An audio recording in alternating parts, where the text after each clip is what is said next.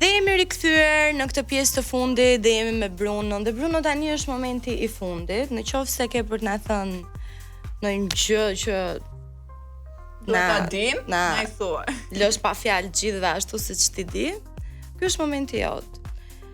Dhe do flasim pak për këto deklaratat e tua që ti lë lart e poshtë. Akoma viralet. Je pendu për ndonjë? Asnjë. Okay. Cilën nga ato do ta thoje sërish? Cilën nga deklaratat e tua ti do ta ripërsërisje dhe I qëndron?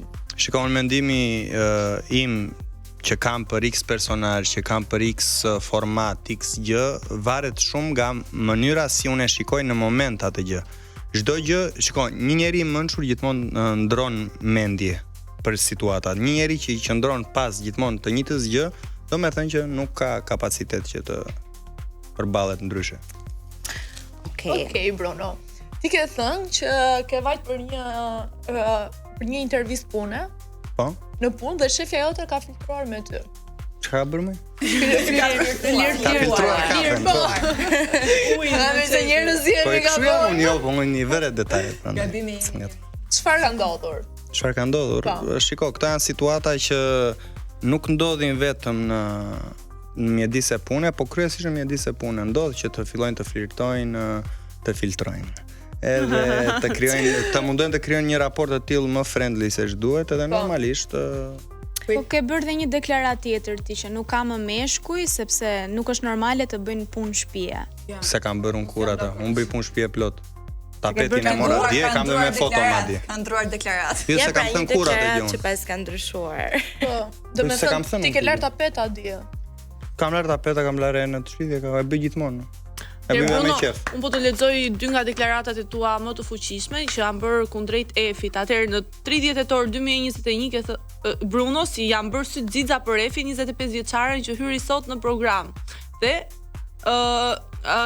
në dhjetor, po ashtu titulli thotë që e shtrirë në krahët e Brunos, EF-i përvolon Bruno në takimet e tyre. Si është raporti yt me EF-in sot? Ku më ktheve më? Në bazë në kohë, Si është raporti yt me EF-in sot? Këto janë tituj, jo të mijat, janë të veprimeve të tua, domethënë. Okej, veprimi I parë unë jam I bie super aktor sepse unë personazhin në fjalë e kisha parë 2 ditë para, kështu që ishte në rregull. Okej, E kam dëgjuar dhe nga njerëz të tjerë të deklaratë. Po që njiheshin, po ishin parë, nuk është se njiheshin, nuk kishin fol, po nuk është se njiheshin. Po të pyes tani pra si çova çik më të tillë. Si ke raportin? Si kam raportin tani?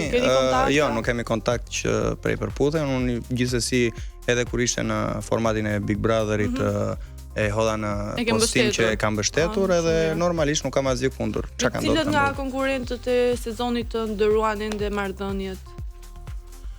Marrëdhënie, shumicën prej tyre I kam ende shok. Pak më përpara më mori një prej tyre, ja përshëndes Bajon, e kam ende shok, kam shok Mevlanin, ende. Ne përshëndesim Mevlanin. Përshëndesim Mevlanin. Edhe Mevlanin. Se më përshëndetim Mevlan. Po ti e përshëndete pra. Po çesh me ty se më shëndoi për të. Kam Lindin, kam në të gjitha. Me Lindin isha më ram.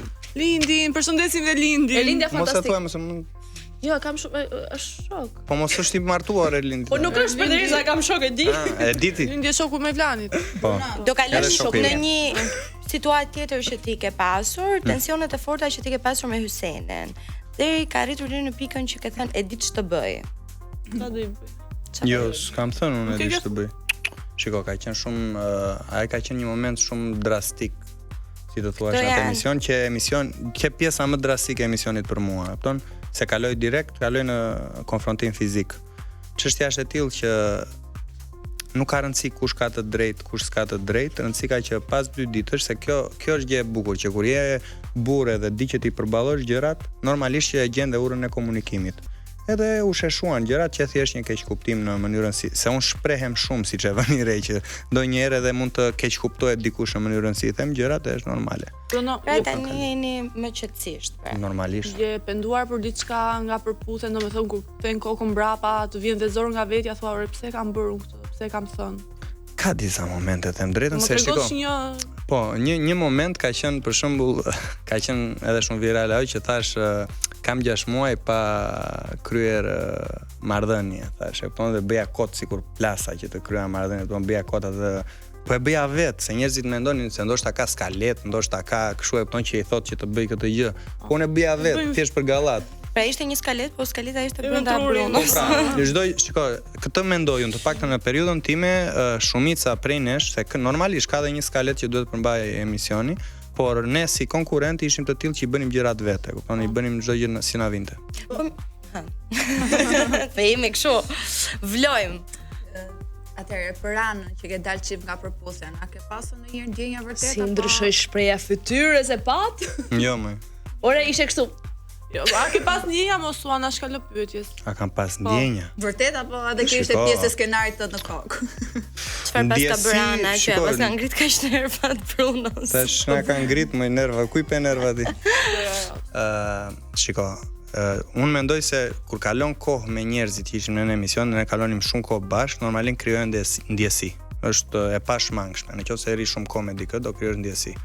Edhe po, kanë qenë po aq reale, po aq dhe jo reale në të njëjtën kohë. Po rezultati është ky. Po ke thënë edhe për këtë që nëse vajzave nuk u shkon me krudo në dorë, nuk të pranojnë. Ja akoma me këtë mendim bëhet. Po dash sushi dash. Ja akoma me këtë mendim, domethënë. Ja akoma me këtë mendim. Jam shumë me këtë mendim dhe sot më shumë se kurrë. Okej, Bruno, do kalojmë pak tani në punët e tua personale, të marrim vesh çfarë projektesh ke këto kohë, çfarë do shohim, ku do ta shohim Brunon. Mua do më shkoni këtu në Tiranë vërdallëri zakonisht, po në televizion. Në lidhje me Do vërtet që të dalë jashtë. Do dalë sa të marrë emision. Shiko, projektet filluam një projekt që ishte një podcast në lidhje me pjesën e komentimit të Big Brotherit, por nuk do jam pjesë. Normalisht. Po do jesh big. Sepse thjesht patëm një mosmarrveshje, po presim projekte të tjera, jemi ende në mosmarrveshje. Me pjesën e grupit. Po ndonjë ofertë nuk Po ndonjë ofertë televizive që të ka ardhur që mund ta kesh dhe refuzuar? Është në shqyrtim një projekt televiziv, por mendoj se si të jetë e shkruar. Në shtëpinë tonë këtu.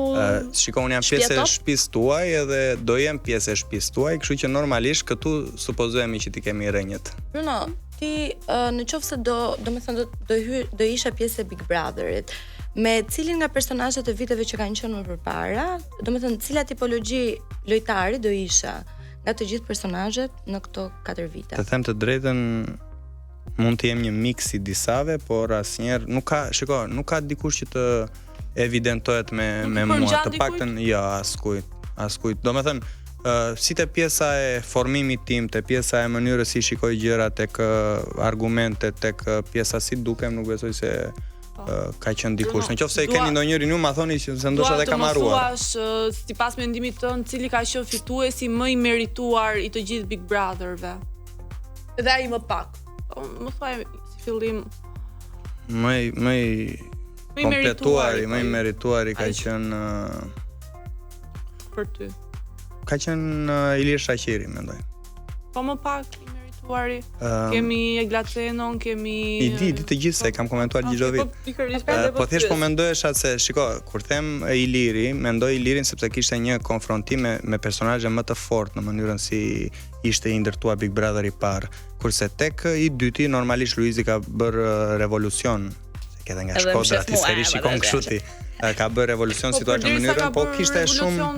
Po se unë them këtë, varet shumë me KJ në Big Brother dhe personazhet që ishin kundra Luizit, për mendimin tim, gjithmonë nuk ishin të atij niveli si të Big Brotherit të parë. Në historinë e Bigut, një personazh që ti e quan fenomenal dhe një që mund të mos ketë fituar. Kush mund të jetë për ty? Kush ka qenë? Holta Keqari. Mbretresha. Kemi sot. Që nuk ka fituar, mendoj se Jul Deda ka qenë dikush që dhe ka qenë tip që mund të dilte para.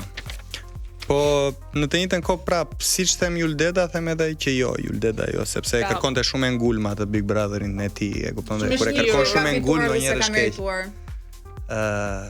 E para Egla se ka merituar. Se mendon që se ka fituar. Kush do ta fitonte? Shko.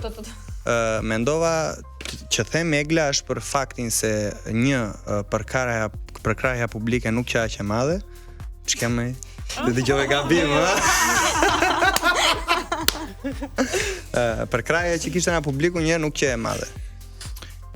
Shtë pak në si që shikoja unë, duket që të pjesa e rrjeteve sociale, të mbështetja që bënin, nuk më ngjiti si fituese. Dhe i dyti, normalisht që unë vitin e kaluar kam grënë të sharët e dynjas, kur thoja që Gjesi nuk duhet ta fitonte atë lloj Big Brotheri, por kush e meritonte vitin e kaluar sipas teje? Domethënë vitin që isha. Vitin e kaluar unë isha fans i madh i fans. Mbështetës i madh i Rozana Radit dhe i Laertit. Do të thënë i të dy e këtyre sepse për mua si për moshën, si për atë që kanë dhënë arte dhe çdo gjë janë bonus. Kur themi për Big Brother VIP, e kupton, duhet të kesh një kontribut që të kesh një background. Jo, një kontribut, nuk ka të bëj backgroundi, mund të jesh edhe një njerëz që nuk di informacione për X temë ose për 100 tema, po ke një atribut. Dhe ta mbyll me pyetjen, a e sheh veten si finalist nëse do të futesh në Big Brother? Ose fitues. Fitues, po. Se prandaj po e shkoj. Fitoje do të ishte finalist. Në finale me fitore. Në finale me fitore, gjithmonë shkoj, mendoj se po. Dhe me këto deklaratën e fundit që do ta fitonte Big Brotherin, edhe pse nuk dëshiron të jetë pjesë e tij. Edhe nuk dëshiron surpriza nga partneri, ja? Po.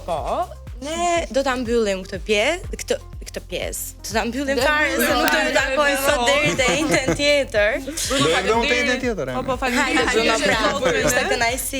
Ishte kënaqësi që të kishim pjesë tonën dhe bashkë do shihemi te njëjtën e ardhshme. Gëzuar pavarësinë në Shqipëri. Gëzuar.